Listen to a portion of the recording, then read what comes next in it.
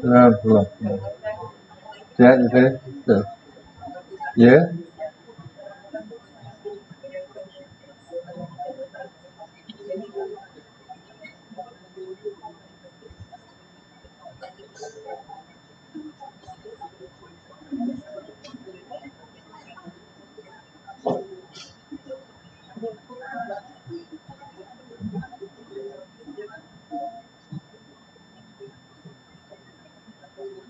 Dia tak perasan kita tunggu dia. Dah. Okey.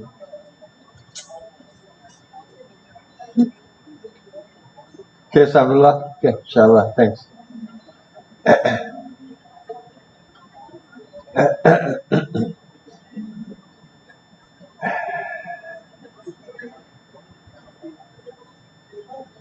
Okey, macam mana? Boleh kita mulakan insyaAllah? Bismillahirrahmanirrahim. Jamaah yang saya hormati sekalian dan dikasihi Allah. Assalamualaikum warahmatullahi wabarakatuh. Mari kita dahulukan insyaAllah liqa ataupun pertemuan kita ini dengan umil kita insyaAllah. Al-Fatihah. Alhamdulillah. Ya na'budu wa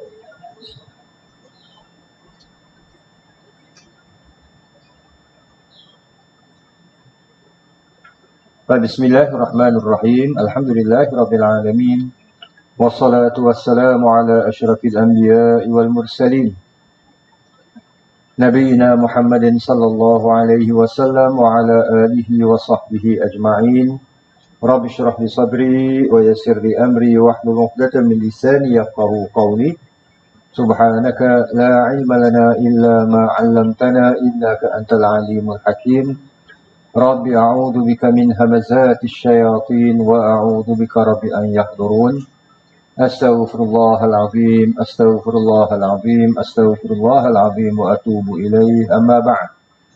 Alhamdulillah. Pertamanya kita merafakkan kesyukuran kita ke hadirat Allah Subhanahu wa taala.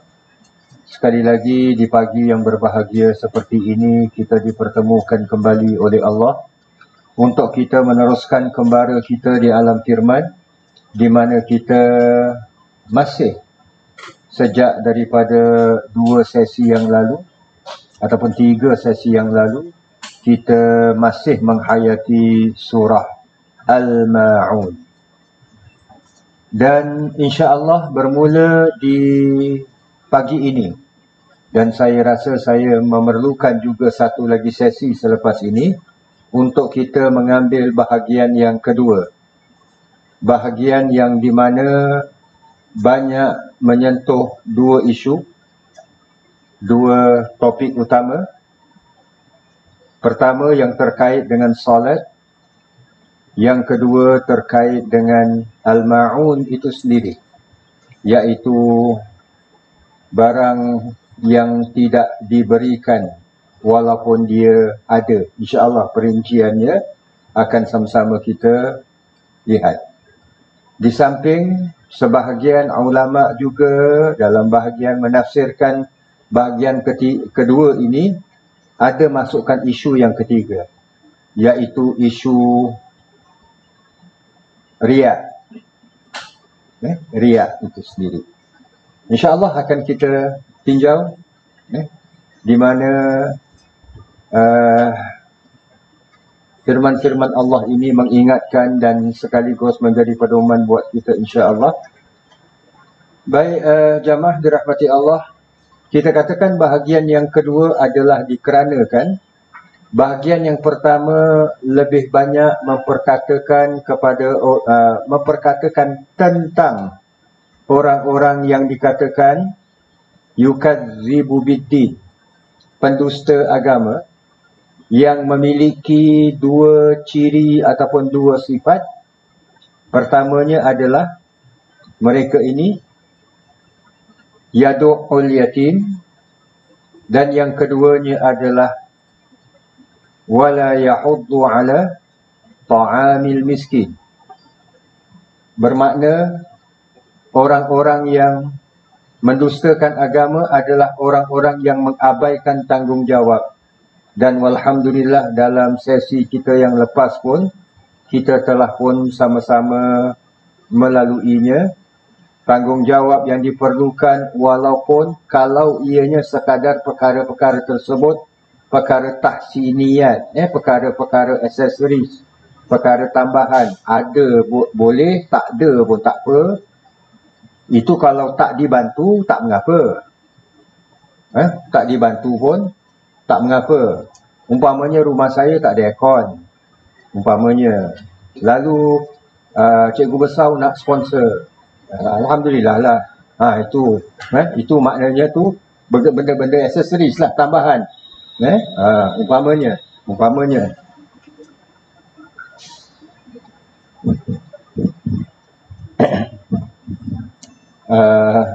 ataupun perkara-perkara wajibat, perkara-perkara yang bawah sikit ataupun yang lebih penting adalah perkara-perkara yang dikatakan wajib, yang perlu ada, dan itu pun mereka tidak berikan bantuan. Tapi kalau daripada segi kewajipan itu sendiri, ia bermakna terwajib kepada segolongan orang. Sebab itulah adanya kewajipan zakat. Contohnya, zakat diwajibkan bagi orang yang ada duit, ada harta. Orang yang tak ada harta, tak diwajibkan keluarkan zakat. Hartanya pun bukan untuk keperluan dia sendiri. Maknanya ada ekstra lah. Umpamanya, yang biasa dipakai oleh kaum wanita adalah cincin sebentuk di jari manis, kanan maupun kiri. Tapi dia 20 jari, kanan dan tangan dan kaki, semuanya dicincinkan. Umpamanya. Tak tahu? Saya nampak Hindustan selalu pakai. Awak tanya saya pula. Okey. So, umpamanya, ada lebih dan sebagainya. Apatah lagi kalau perkara itu daruriyat, perkara yang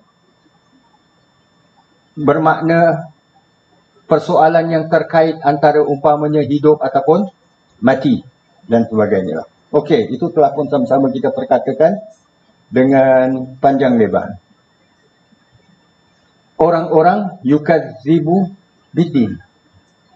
Yang ini pula bahagian yang kedua, orang-orang yang banyak kalau berdasarkan kepada tafsiran penafsir ulum sahabat Abdullah ibnu Abbas radhiyallahu anhuma, ia adalah berkaitan dengan orang-orang munafik.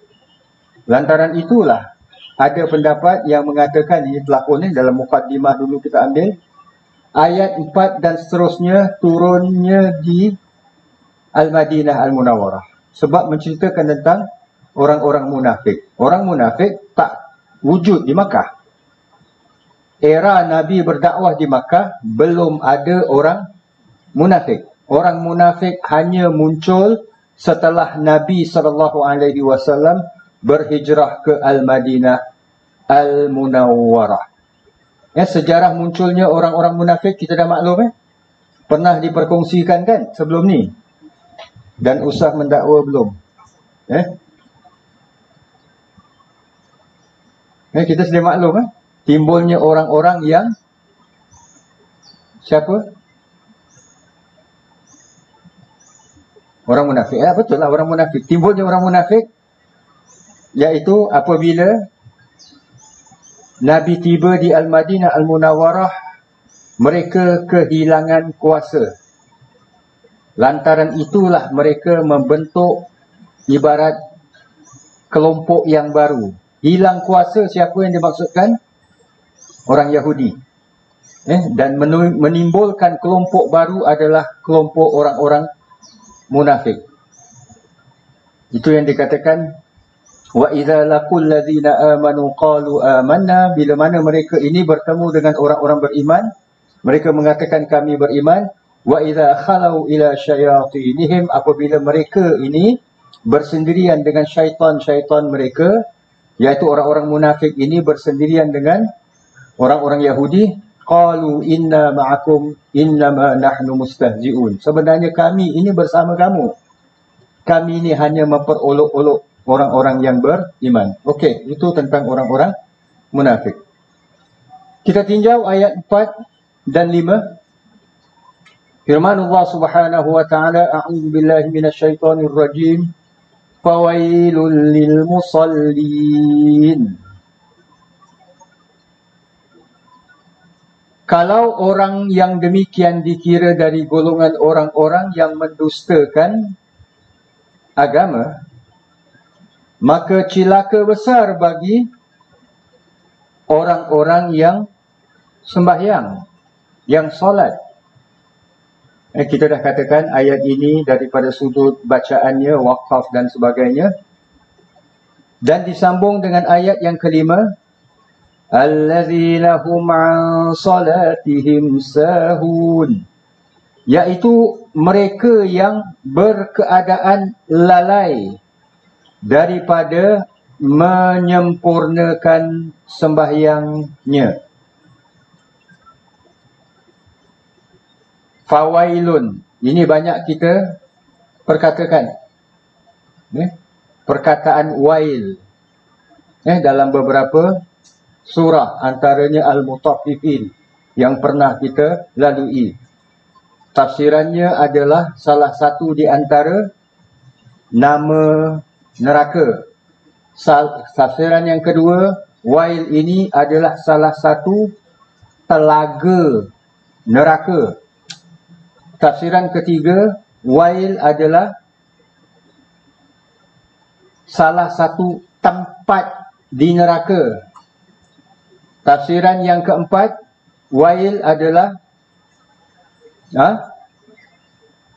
itu yang first. Wail itu adalah neraka. Yang keempat, wail ini adalah satu lafaz yang maknanya yang celaka lah, yang bukan ancaman, macam terkandung sumpah, terkandung doa, harapan, umpamanya lah, cemohan. Orang-orang Arab bila mereka bicara umpamanya, ini hand wash ni saya berikan, hadiahkan kepada awak, lalu dia tak terima sebab dia selalu cuci tangan, umpamanya lah. So dia menggunakan perkataan wailak. Wailak tu maknanya cilakamu. No luck.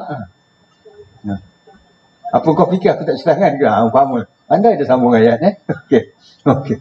Jadi ala kulli hal, maknanya ia adalah berbentuk lafaznya daripada sudut lafaz, tapi yang terkandung di balik lafaz wail ini adalah harapan supaya cilaka, cemohan, ataupun macam tadi kalau kita ni sebut maki pun ada, caci pun ada dan sebagainya. Takkanlah wail ni lil musallin, bagi orang-orang yang solat. Sudah barang tentu ayat yang kelima menyempurnakan maknanya. Allazina hum an salatihim sahun. Saya ingin mengajak para jamaah yang saya hormati sekalian pada perkataan an salatihim, ataupun lebih terfokus pada perkataan an. Itu nanti yang akan kita lihat. Ada orang lalai dalam solat dikarenakan ada sesuatu di luar solat. Di luar solat itu kadang-kadang terbawa-bawa di dalam solat. Nampak orang, contoh, orang solat menangis-nangis. Seorang laki-laki tau. Perempuan lain. Laki-laki solat, Masya Allah, menangis. Kita ingatkan dia khusyuk. Rupanya sebelum solat kena marah dengan isteri. Umpamanya. So, jadi terbawa-bawa dalam solat. Itu perkataan an. Lain kalau allazina hum fi solatihim. Kalau fi di sini, yes, ia hanya dalam lingkungan dalam solat. Mesyuarat, ahli mesyuarat tingkap. Okey. Kena piat telinga. Okey. An solatihim. Cerita minggu lepas awak bawa. Okey. An solatihim. Iaitu yang terkait dengan solat. Dalam solat, ada benda-benda yang di luar solat yang akhirnya buat.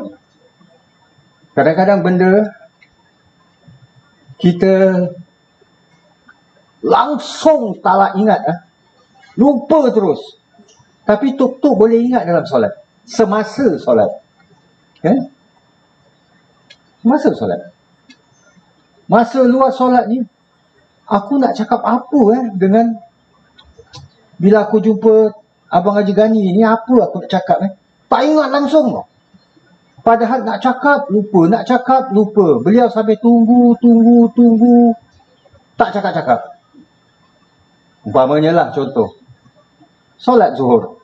Dalam solat zuhur baru teringat, ya Allah, rupanya aku nak tanya apa khabar. Jadi, benda asyik.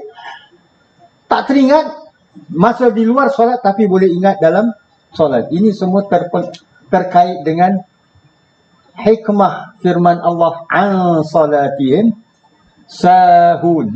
Sahun ni, perkataan sahun terkait daripadanya perkataan sujud sahwi. Lalai, lupa dan sebagainya. Okey, insya-Allah akan kita lihat. Ini ayat 4 dan 5 yang akan kita fokuskan dulu sebelum kita berpindah ke ayat yang lain.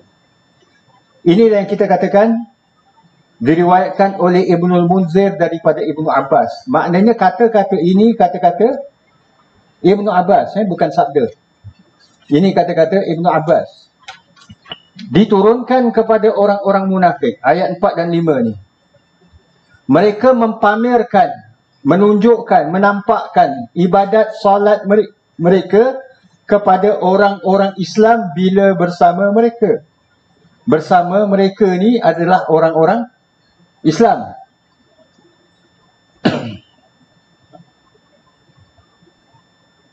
Orang bermuka-muka lah kata orang tu kan. Orang-orang munafik ini.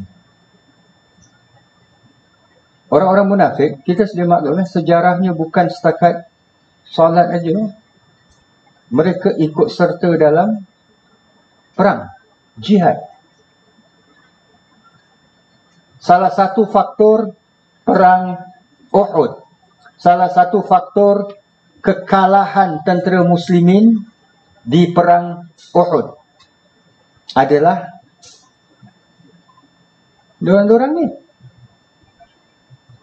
Sewaktu Nabi SAW adakan perbincangan di mana kita nak adakan peperangan, sebab ini peperangan kedua selepas perang Badar.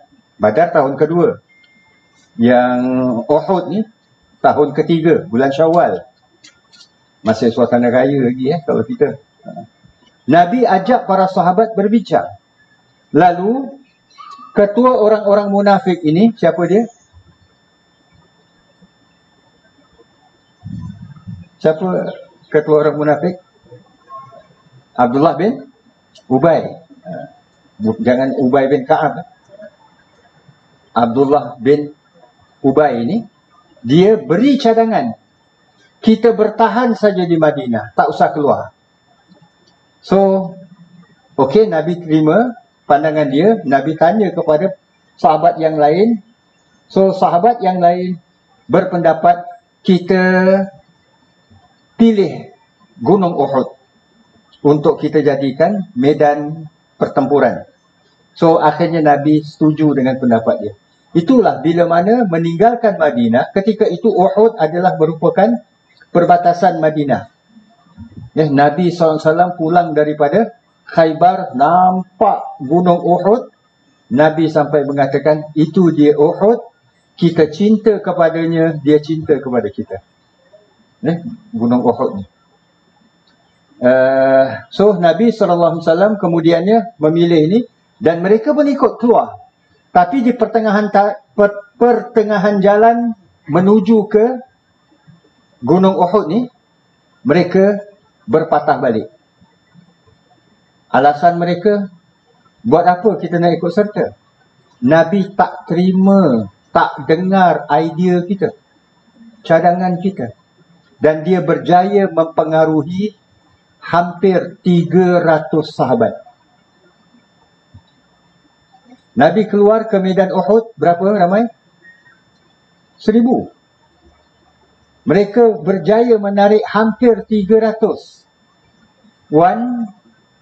Lebih kurang lah, 1/3, 1/3. Maknanya ia sedikit sebanyak menjejas strategi peperangan yang telah pun diatur oleh Nabi. Dan itu menyebabkan antara faktor kekalahan tentera Islam dalam perang Uhud. Kesimpulannya kita lihat, mereka ikut serta dalam perang. Sama juga perang Muraisiyah menentang Bani Mustalib, yang mana pulang daripada peperangan itu timbul fitnah yang mereka sebarkan, yang konon-kononnya Ummul Mukminin Aisyah radhiyallahu anha hadisul ifk, lakukan perkara sumbang dengan lelaki yang bernama nama ajar apa? Safwan. Seorang lelaki yang soleh, Masya Allah. So, ala kulli hal, orang munafik bukan hanya setakat bab solat aja, tapi termasuk mereka ini ikut serta sampai kepada medan peperangan. Okey. Jadi kalau kita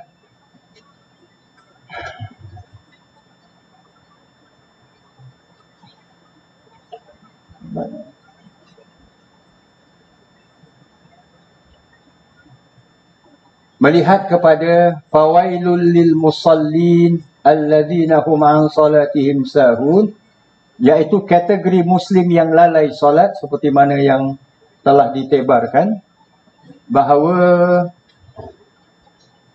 ini kita tak masukkan orang kafir, ini muslim. Kita sedia maklum, kewajipan solat adalah kewajipan pertama yang Allah wajibkan. Sebelum Nabi berhijrah lagi, Allah dah wajibkan orang-orang Islam mendirikan solat, iaitu ketika Nabi di Isra' dan di Mi'rajkan, sekitar 3 tahun sebelum hijrah. Sedangkan kefarduan yang lain, kewajipan yang lain di Madinah. Perincian solat itu di Mekah. Sedangkan perincian solat berjamaah itu di Madinah. Jadi fardu-fardu yang lain yang berkaitan dengan puasa, zakat dan sebagainya, ia adalah semuanya di Al-Madinah Al-Munawwarah. Perkara pertama yang akan Allah tanya kita di akhirat kelak nanti, solat. Pas, yang lain insya-Allah pas. Kalau solat fail, yes. Penting. Ada apa dia?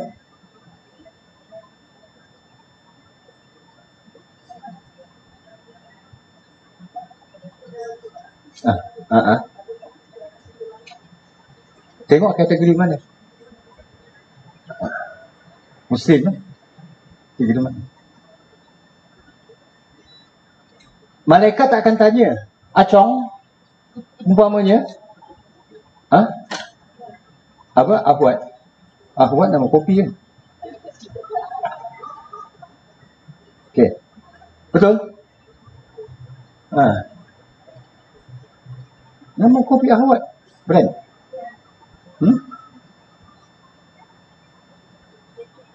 Jangan nyanyi. Ustaz Abdullah tu. Kaki kopi. Main-main ke? Beliau bawa kopi. South Africa punya kopi. Great one. Masya Allah. Brand sendiri. Masya Allah. Dia aroma saja. Masuk bilik imam. Orang bau atar ke, bau bakhur ke apa ke. Bau kopi. Dia faham tu. InsyaAllah. Okey. Kategori Muslim dalam lalai solat. Dia faham maknanya itu kita tak mengumpat. Tidak pernah mengerjakan. Yes. Ramai Muslim yang tak pernah mengerjakan solat.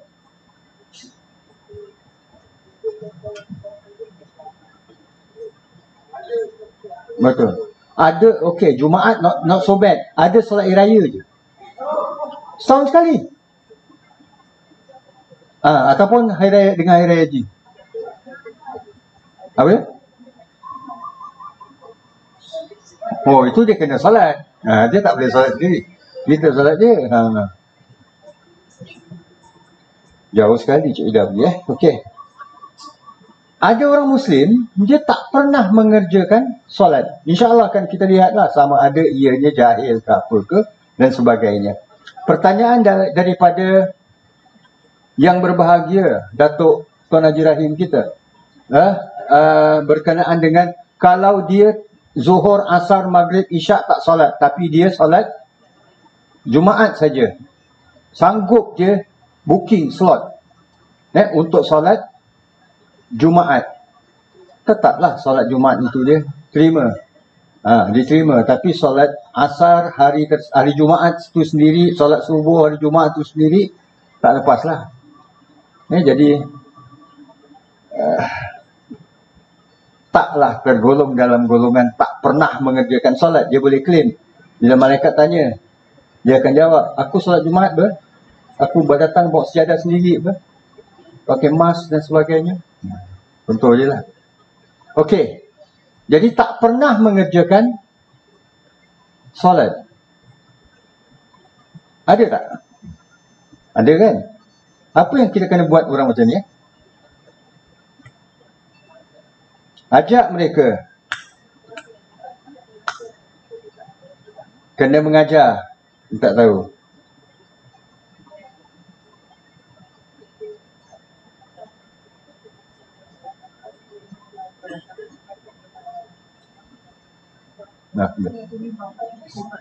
Okey.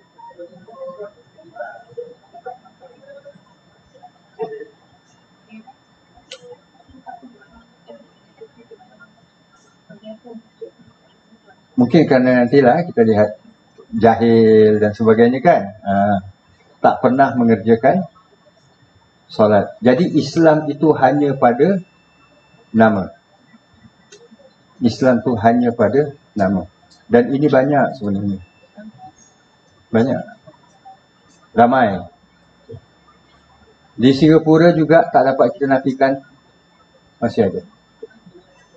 Masih ada. Apatah lagi kalau di pendalaman-pendalaman Malaysia, Indonesia dan sebagainya. Kedua, mengerjakannya bila suka. Mungkin ni dalam kategori yang dinyatakan oleh Tuan Haji Rahim tadi tak? Dia suka. Kenapa suka solat Jumaat? Sebab itu awak datang solat Jumaat. Pasal dapat berani balik. Ataupun dapat teh, dapat cuci tangan, cuci tangan dan sebagainya. So, whatever reason, yang penting bila dia suka. Jadi dia tak merasakan solat itu sebagai kewajipan. Orang ini pun nak mendekatinya pun sudah barang tentu berbeza dengan yang pertama. Sudah barang tentu. Yang ketiga, mengerjakannya bila terdesak dan terpaksa. Bila ada masalah, baru solat. Tak ada masalah, tak ingat. Pun ada juga. Terdesak dan terpaksa.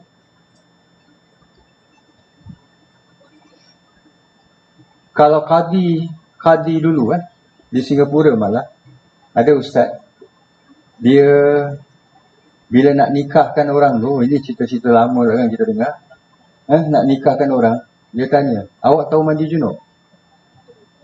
Direct-direct dia tanya. Tak tahu mandi junub bermakna tak tahu solat. Confirm. Dia keberatan nak menikahkan orang-orang yang macam ni.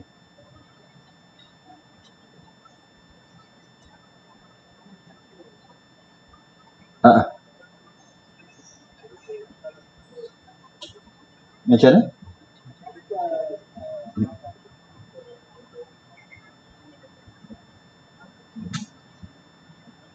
Okey.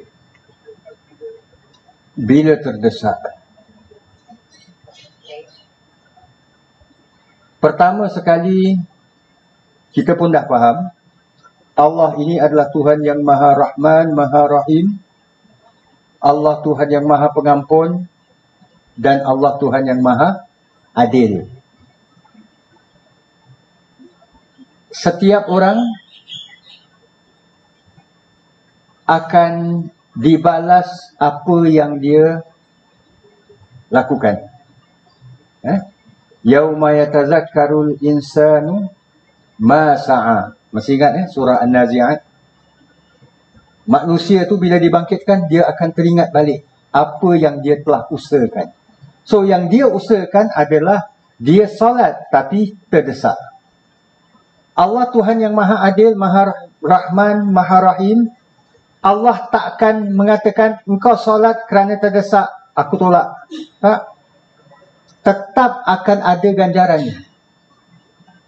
Dan ganjarannya terpulang di sisi Allah Subhanahu Wa Taala. Kita tak boleh berhukum. Sama juga macam tak pernah mengerjakan solat. Kita tak pernah nampak si fulan ini dia kerjakan solat atau tidak. Maghrib masih duduk bawah kolong main apa? Main dam. Yang dah berumur main dam. Masih muda sikit main apa? Main gitar. Maghrib. Kan? Umpamanya. So, tak pernah aku nampak solat. Bila time aku ajak, jom mari pergi masjid. Ada saja alasan. Wajarkah kita mengatakan bahawa si fulan bila solat, jangan solatkan jenazah atas dia. Dikebumikan. Jangan masuk ke tanah perkuburan orang Islam. Tak sesuai dikebumikan di tanah perkuburan Islam. Sebab aku ni kan belajar hadis daripada Ustaz Hafiz. Umpamanya kan, aku jumpa hadis. Al-farqu, perbezaan antara seorang beriman dengan tidak adalah tarikus solat. Apabila dia tinggalkan solat. Barang siapa yang tinggalkan solat, kata Nabi, clear cut, faqad kafar. Dia jadi kafir. So jangan Pak Imam, jangan solatkan dia. Solatkan jenazah dia. Dia mati kapiak ni. Tak wajar dikebumikan di tanah perkuburan Islam.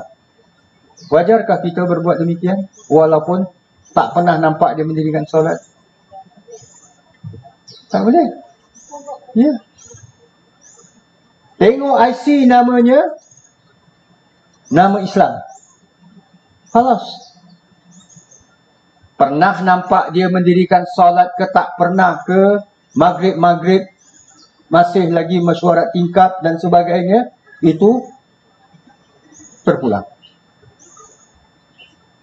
Kita nahkum bizawahir. Kita berhukum berdasarkan benda yang zahir. Benda yang zahir apa dia? Nama dia Muslim. Halas. Khalas. Jadi berbalik kepada tadi, maknanya berapa ganjaran yang Allah nak berikan, itu terpulang di sisi Allah Subhanahu Wa Taala. Mungkin dia solatnya tu on off, tapi amal kebajikannya yang lain, Masya Allah, tak putus-putus.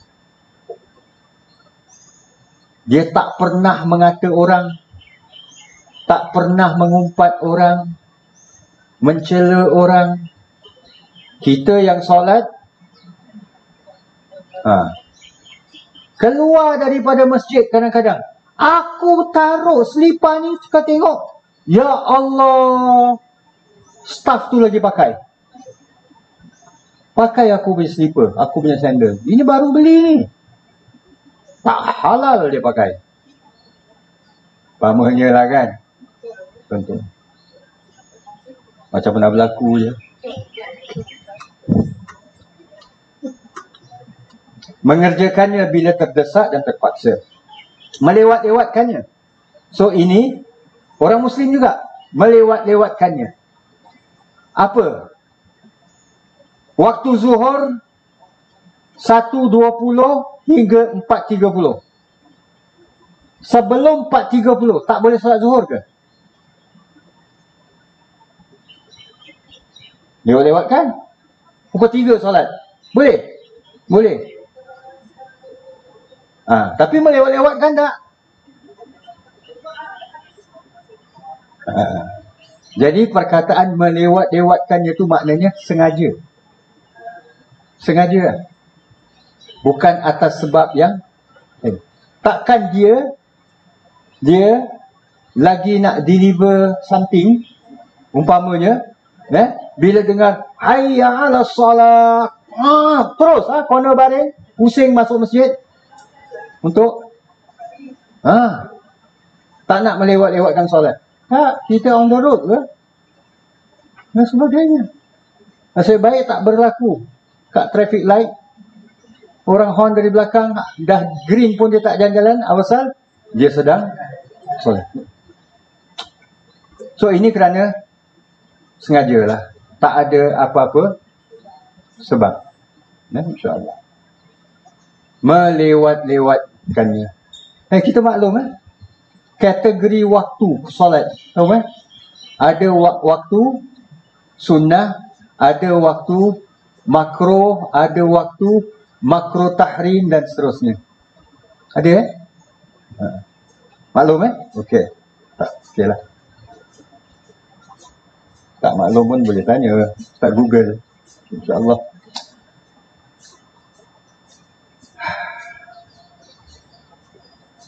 Mengerjakannya tanpa khusyuk, ini baik sikit lah.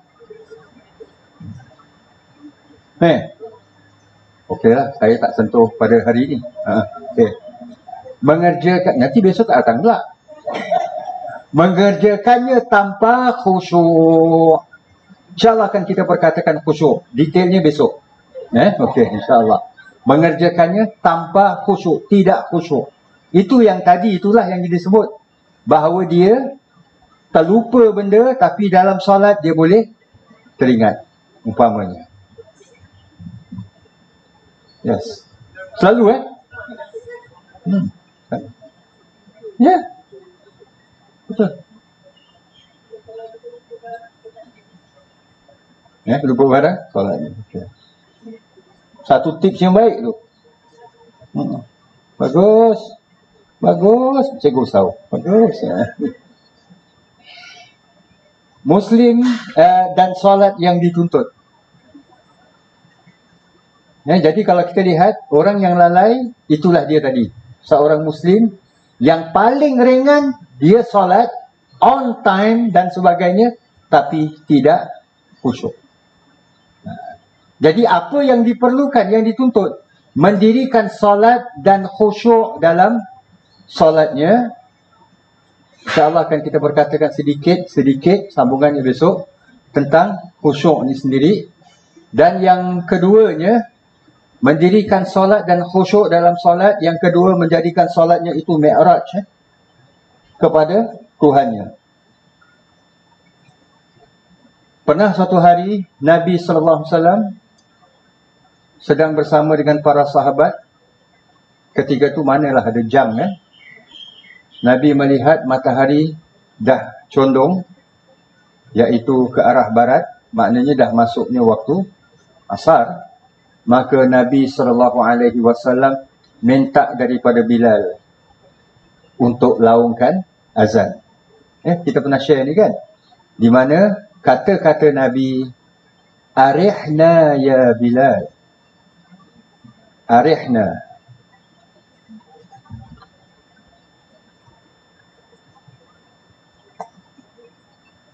Arihna, arihna ya Bilal. Bilal adalah muazzin Rasulullah SAW. Yang hendak kita fokus di sini perkataan arihna. Nabi tak katakan aqimus solah umpamanya, tak. Tapi Nabi gunakan perkataan arihna. Bawakanlah ketenangan kepada kami, wahai Bilal. Lebih kuranglah maksudnya. Berikan kerehatan pada minda kami, wahai Bilal. Jadi solat itu adalah waktu yang dinanti-nantikan oleh Nabi SAW.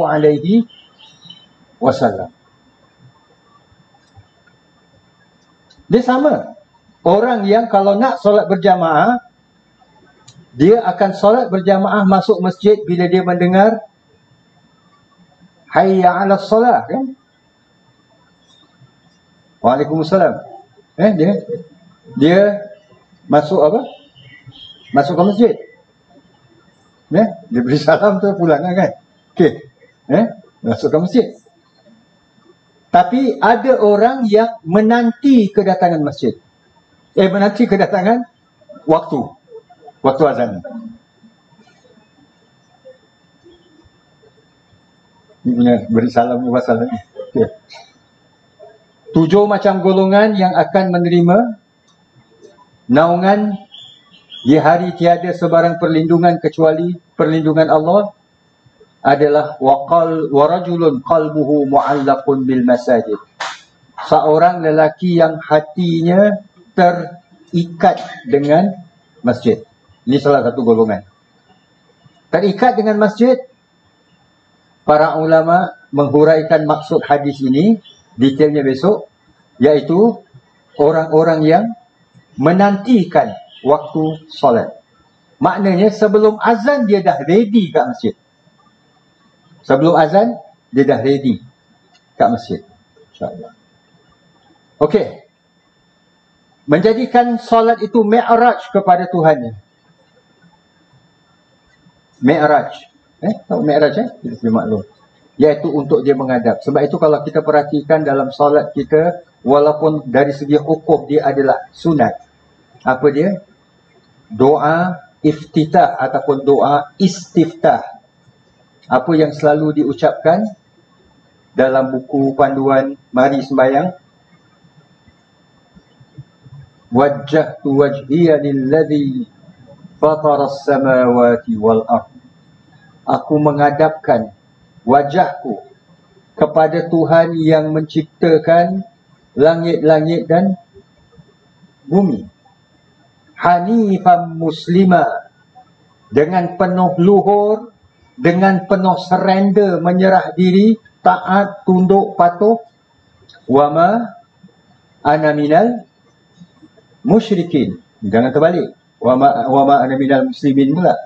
Dan aku ini bukan tergolong dalam golongan orang-orang musyrik. So, ini dia. Menambahkan lagi kekhusyukan kita. Qad aflahal mu'minun. Sesungguhnya berjayalah orang-orang yang beriman. Siapa dia orang-orang beriman ini? Alladzina hum fi salatihim khashi'un. Orang yang khusyuk dalam salatnya. Ada riwayat yang dipertikaikan tentang kesahihannya, di mana betis Sayyidina Ali terpanah kan? Ada yang menyatakan ia riwayat tidak sahih. Betis Sayyidina Ali dalam salah satu peperangan kena panah. Nak cabut panah tu amat sakit. Kena dia punya busur panah tu saja, busur panah, anak panahnya tu sendiri, kayu dia dah sakit. Apatah lagi kalau nak ditarik. Salah seorang di antara sahabat yang masih ada yang ingat ataupun yang kenal betul dengan Sayyidina Ali menyatakan, kita tunggu waktu solat. Bila tunggu waktu solat, Sayyidina Ali mendirikan solat, dia kata, tarik. Sedikit au pun tidak. Mengadui pun tidak. Tahap khusyuk dalam solat. Tapi apakah itu makna khusyuk? Itu saja makna khusyuk. Sedangkan kambing lalu depan Nabi, Nabi tahan. Oh, Nabi tak khusyuk lah. Kambing lalu boleh Nabi perasan ke? Orang khusyuk, solatnya, dia letak beg dia kena kebas, dia tak perasan. Itu khusyuk.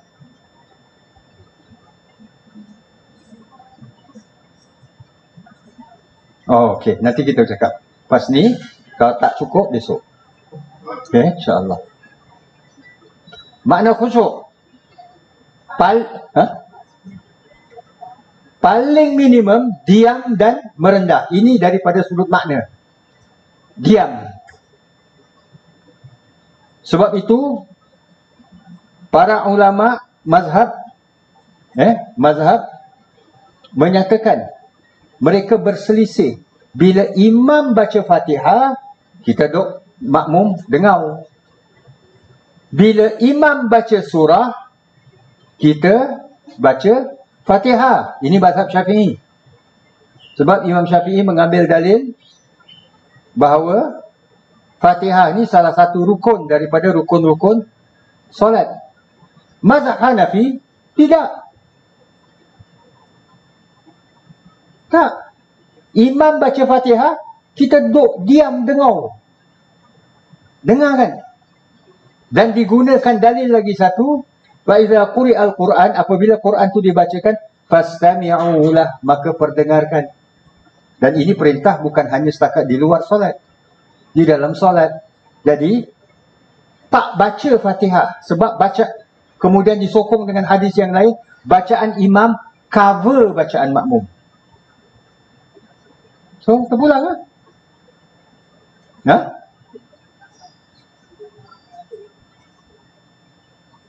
Terpulang ayu. Terpulang. Inilah kalau kita lihat.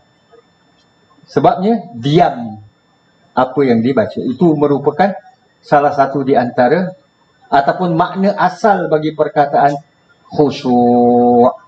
Kedua, fokus.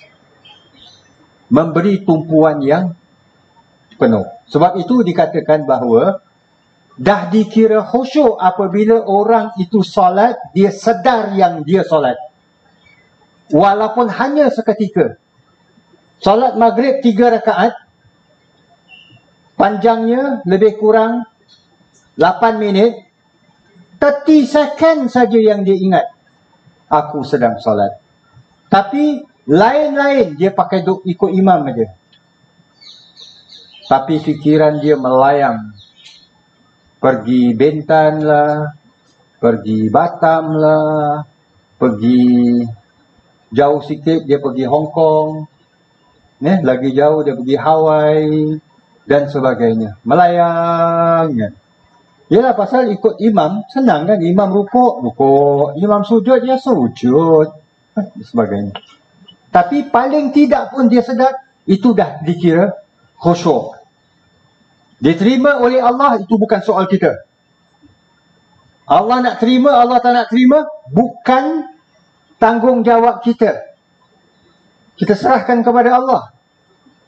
Di sisi kita, jangan menghukum solat orang, tapi hukum solat kita sendiri. Tengok solat kita sendiri.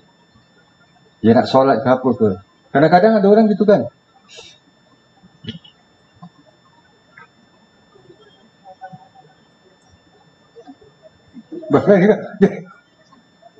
Tak solat, tak gatal tu semua. Walaupun orangnya gatal. Tapi Bila solat saja mulalah inilah dan sebagainya. Maaf koridor pun ada.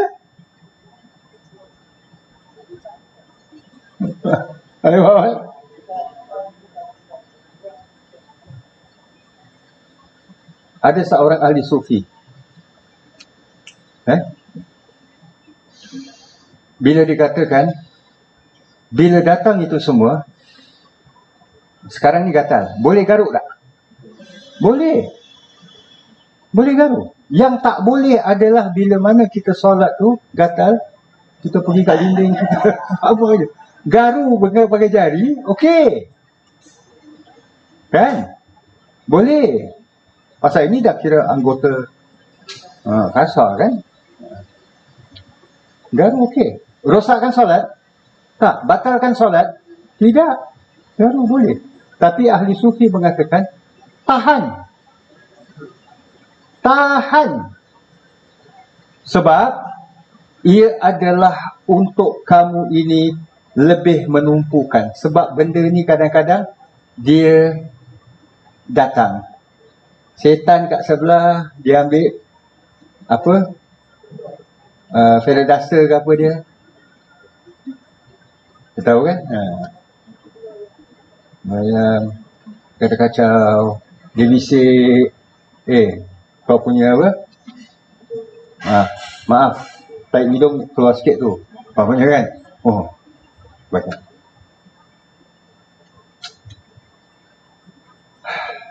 Sebab solat tu mi'raj. Iblis syaitan akan cuba pesongkan kita. Jadi makna khusyuk ni paling minimum inilah. Beri tumpuan yang penuh walaupun seketika. Dan ini norm benda ni. Kadang-kadang bila dalam solat saja, kan? Bila dalam solat saja terbayang-bayang, terkenang-kenang, teringat-ingat, terdengar-dengar. Ini semua boleh datang. Kadang suami solat, isteri sedang masak asam pedas. Suami tak minat asam pedas. Tapi syaitan ini boleh, suami lemak cili padi tu yang diminat. Isteri masak asam pedas. Tak ada kena-mengena, bukan sedara pun antara asam pedas dengan lemak cili padi. Tapi dia boleh terbau lemak cili padi pula. Macam mana tak tahu. Orang makan nanas ada bau. Makan nanas, dia boleh bau durian.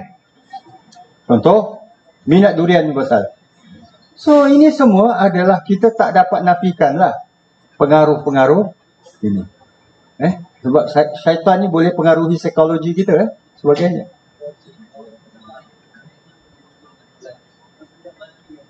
Kalau kita pegang pada fatwa Imam Ghazali, yes. Imam Ghazali selain daripada rukun-rukun solat seperti mana dalam mazhab Syafi'i, Imam Ghazali menambah dalam kitab beliau Al-Mustakhlis ke apa ke? Tak tebal mana pun. Tapi beliau meletakkan syarat khusyuk. Tak khusyuk, tak sah solat. Yes.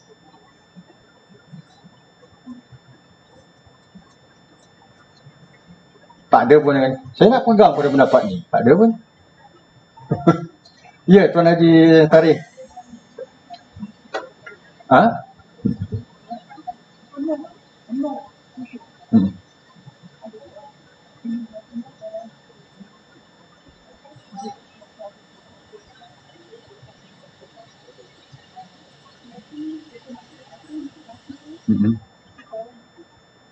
Okey, tu nanti ada coming soon, insya-Allah. Itu pun antara perkara-perkara yang dapat membantu khusyuk dalam solat. Mana yang lebih besok, insya-Allah. Ini lebih kurang. Tapi ini minimum lah, minimum insya-Allah. Terima kasih Tuan Haji Tarikh. Okey. Untuk khusyuk, menggapai khusyuk dalam solat. Ingin mendapatkan khusyuk dalam solat, kita kena buat langkah-langkah di luar solat. Detailsnya pun dalam slide-slide yang telah diperkongsikan. Di luar solat, untuk gapai khusyuk dalam solat, mesti ada perkara-perkara yang perlu dibuat di luar solat dan dibuat semasa ataupun di dalam solat. Baru khusyuk. Kita bukan main punya macam tadi memahami bacaan. Masya Allah. Tapi tetap akan ada gangguan. Tutup mata. Tutup mata. Ada orang solat bukan tutup mata, tutup mulut pun.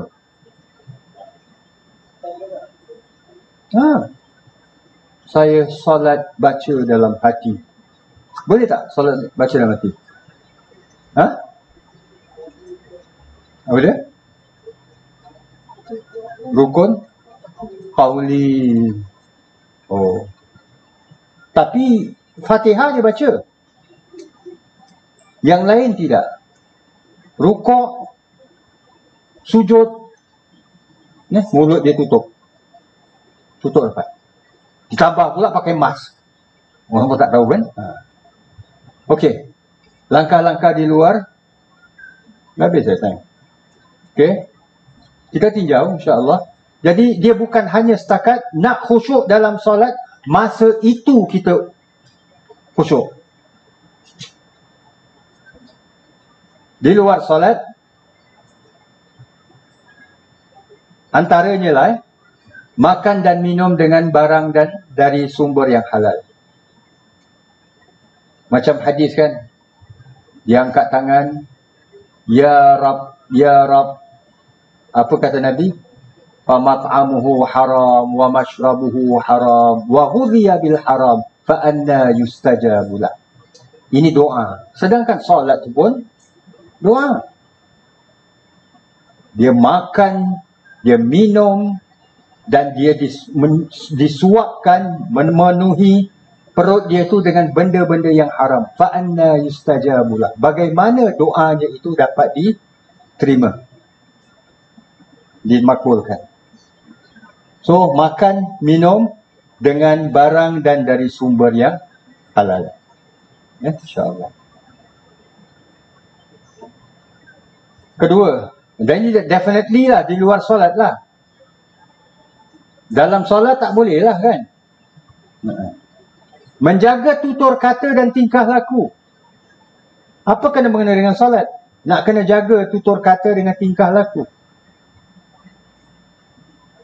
Ini yang Al-Imam Al-Ghazali rahimahullah, Imam Ibn Al-Qayyim dan sebagainya, mereka banyak kupaskan. Benda anggota yang sama ini juga yang kita lakukan dalam solat dan di luar solat. Lidah kita cakap, lidah yang sama ini yang kita cakap dalam solat. Alhamdulillahi Rabbil Alamin. Umpamanya kan? Lidah yang sama ini juga kita berbohong pada orang. Macam mana nak? Tangan kita bertakbir angkat Allah. Umpamanya. Takbir kita. Tangan yang sama ini juga tadi sebelum solat tabok orang. Tabok ni tabok.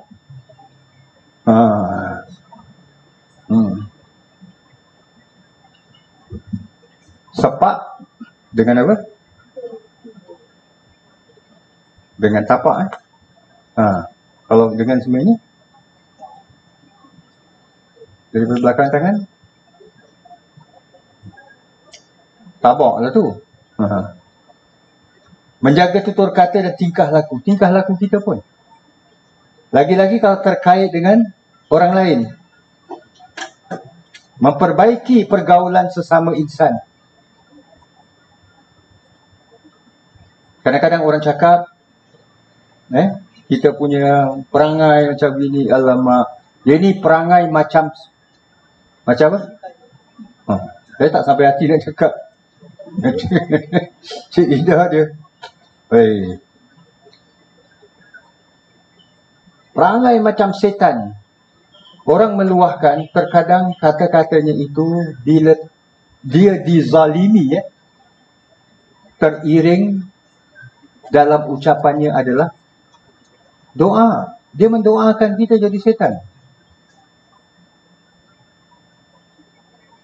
Itu yang Nabi katakan. Hindarilah kamu daripada da'watal mazlum. Daripada doanya orang-orang yang dizalimi, yang teraniaya. Yes. Tidak ada hijab antara doa dia dengan Allah. Jadi mungkin kerana pergaulan kita cakap tu pakai, kata orang tu pakai hembus saja, pakai lepas saja. Sikit-sikit setan, sikit-sikit setan. Umpamanya lah. Dia kecil hati, dia tersinggung. Dia rasa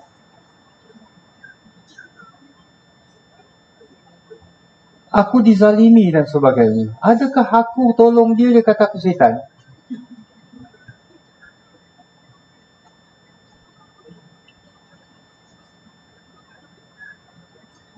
Kenapa saya pilih ni? Apa gambar anda sebenarnya? Image ni.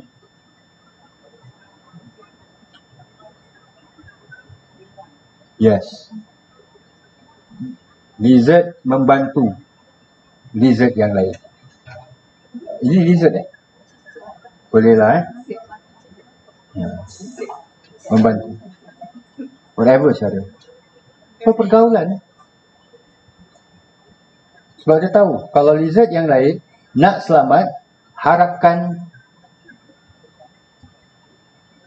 hajat nuraini. Tak mungkin kan? No. Dia kata. Pasal dia sama dia lah. Tolong. Menjaga kesucian diri, sekitaran solat yang sempurna. Yes. Sebab itu kita usah sangka buruk apabila ada orang nak mendirikan solat, sejadahnya ia letak lagi kain putih plain. Nak tahu rahsia kapet Masjid Kaposi tak? Yang ada sekarang ni. Bila masjid terbakar, nak di ni, minta pandangan daripada LPM dan staff, apa desain yang kita nak. Apa desain yang kita nak? Akhirnya diputuskan no design. Plain kan? Sebab nak khusyuk. Mudah-mudahan. Mudah-mudahan. Sebab kalau tidak ni, kadang-kadang kita terganggu bila mana desain ni kita nampak macam cross ada, macam ini, macam andoman. Andoman pun ada, macam katak bawah tempurung pun ada. Jadi terganggu desain-desain macam ni. Sebab adanya hidden message kadang-kadang dalam desain-desain seperti ini kan. Sebab tu kalau kita nampak ada orang mendirikan solat, dah ada sejadah, dia bentang lagi kain dia ke, sapu tangan ke, serban dia ke dan sebagainya. Sekarang dah dia mesti kena. Yes. Ini dia nak jaga sekitaran. Kalau kita perhatikan, Nabi bila mana menyatakan bahawa orang yang makan bawang jangan datang ke masjidku ini, sebab mengganggu sekitaran. Dia makan bawang, body odor kata orang tu, bau badan. Bau badan dia, apa macam mau pengsan kan? So jadi sebab itu ada orang pula bagus, dia gunakan hadis tu untuk dia duduk jauh-jauh. Dia masuk masjid, kalau belum suasana COVID lah, dia duduk jauh-jauh. Kita minta penuhkan saf depan, saya punya badan bau sikit. Dia gunakan alasan tu. Sebenarnya dia nak bawa fan. Nanti.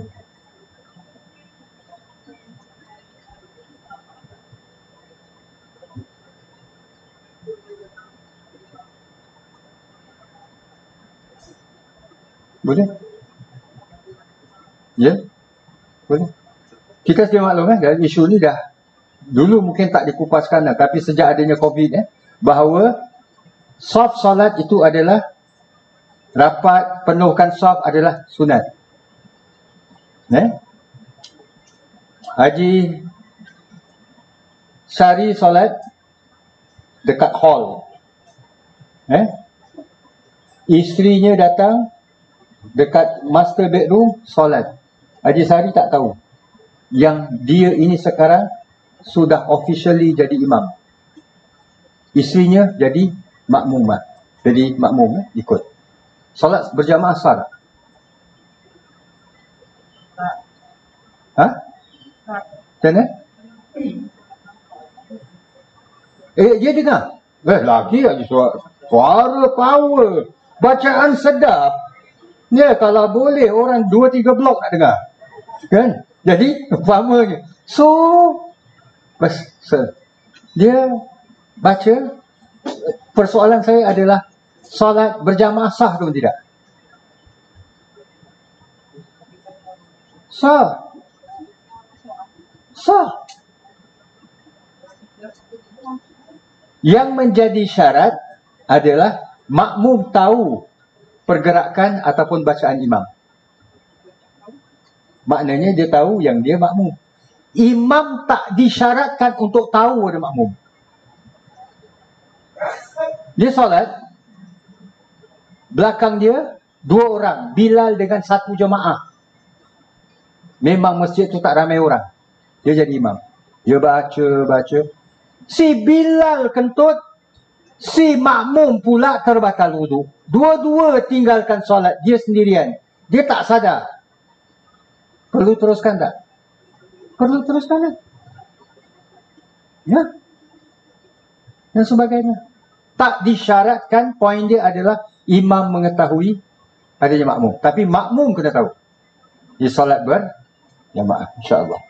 So, alhamdulillah, menggapai khusyuk dalam solat, semasa di dalam solat, ni nantilah insya-Allah nampaknya kita berhenti di sini dulu. Minggu depan kita sambung. Mana yang tak sempat, besok disambung oleh Ustaz Hafiz, insya-Allah. Jadi saya sengaja tu.